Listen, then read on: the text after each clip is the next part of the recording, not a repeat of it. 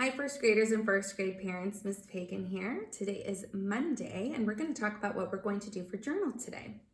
Today, we're going to do a writing called narrative writing. A narrative writing is a story.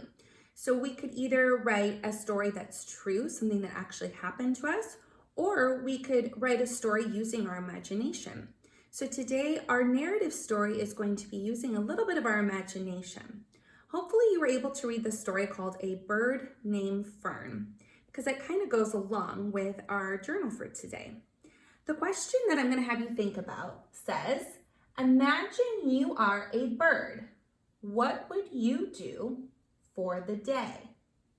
So you're going to imagine, you're going to pretend that you are a bird, and I want you to think about, what would you do for the day? Where would you go? What are some of the activities you might do? So I want you to really think about that question first. And then what you're going to do is you're going to make sure you have all of your writing materials ready. So either your paper, your whiteboard, or your journal, and then something to write with. Today, you're going to want to make sure you write your date at the top with a 5. We're in our new month of May. 4, then 2020. Make sure you write your name and your number. After you've thought about this question about what you would do for the day if you were a bird, you're going to take about 10 to 12 minutes to draw a picture in the white space of, first of all, what you would look like as a bird, and then maybe something you could do if you were a bird. So picking out one of those things that you could do. Now, you're going to have to come up with 3 ideas because those are going to be your detail sentences today. But for your picture, if you only want to draw one, that's just fine. So take about 10 to 12 minutes to work on a really nice picture with lots of details, because the more details you write or draw in the picture, the more you're going to have to write about. So make sure you add as many as you can, and if you have enough time, you can even color in your picture. Once you've done your picture, you're going to be ready to write your first sentence, your topic sentence. Just like in informational writing and opinion writing, our topic sentence for narrative writing is kind of introducing our reader to what your story is going to be about, what your narrative is going to be about. So today I wrote one topic sentence starter, but you're going to have to come up with one of the parts on your own. So your topic sentence starter that I wrote says, today I turned into a bird and I think it's, and then there's a blank. Underneath the blank is the word adjective. If you remember from our parts of speech lessons this year, an adjective is a describing word. So I want you to think about what it would be like to turn into a bird for the day. So I want you to think of one word you would use to describe it. Would it be silly? Would it be fun? Would it be crazy? What would it be if you turned into a bird? You're going to think about that adjective, and then I would like you to share with whoever you're working with today what your topic sentence is going to be. So make sure you say the whole thing. Today I turned into a bird and I think it's, with your adjective, and you can even use that exclamation point. We don't get to use it that often, but I think for today, it would be a great thing to use for our topic sentence, because you might say something with excitement. That's what those are for. It's saying with excitement. So I would definitely use an exclamation point for today.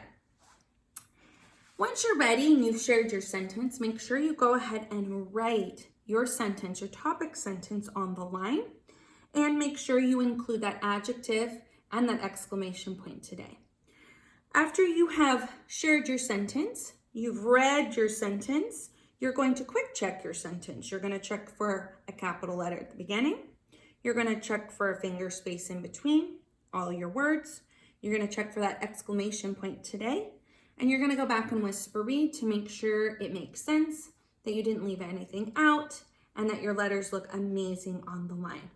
If you've been able to do all 4 of those things, then you did a great job and you are ready to move on to your detail sentence. Your detail sentences today are going to be sharing with the reader all of the things you could do if you were a bird. So let's look at our detail 1 sentences that you can choose, and make sure you remember that you only need to choose one, just one for detail 1, and then you'll choose one for detail 2 and detail 3 for tomorrow. Your detail 1 sentence starter choices are: first, with a comma, using our transition words, I am going to, and then there's a blank. So you could share, what are you going to do today? You're a bird. What are you able to do? Remember, birds have wings. So think about what you would be able to do now that you're able to have wings and fly. You could choose, first of all, with a comma, I would like to, and there's a blank. So tell me what you would like to do for today. You could choose to start with a comma. It would be fun to, tell me something that you think it would be fun to do for today now that you're a bird. Or the last one, to begin with a comma, I plan to, and with a blank. So tell me, what do you plan to do for the day? Make sure you think about what your idea is first. You're going to then share your idea to somebody who you're working with today. And when they agree that your sentence sounds really good and makes sense, then it's your time to write. You're gonna pick up your journal or your paper, whatever you're writing on today. You're gonna write your next sentence where you left off with your first sentence. You're gonna write your sentence starter, making sure you put the comma after your transition words. Finish your sentence, and then go ahead and do your 4 quick checks, checking for an uppercase letter at the beginning, your finger space in between each word, a period at the end of your sentence, and going back to whisper read to make sure that it makes sense and it looks nice and that you didn't leave anything out. So by the end of today, you should have 3 things. You should have your picture, you should have your topic sentence, and you should have your first detail.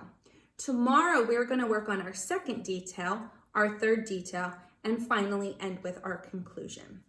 So I hope you did a really nice job today, because if you did a nice job today, then when we finish up tomorrow, you're going to have a really, really nice paragraph for your journal for 2 days. So if you have any questions, don't hesitate to reach out and email me. And I hope you enjoy your writing today.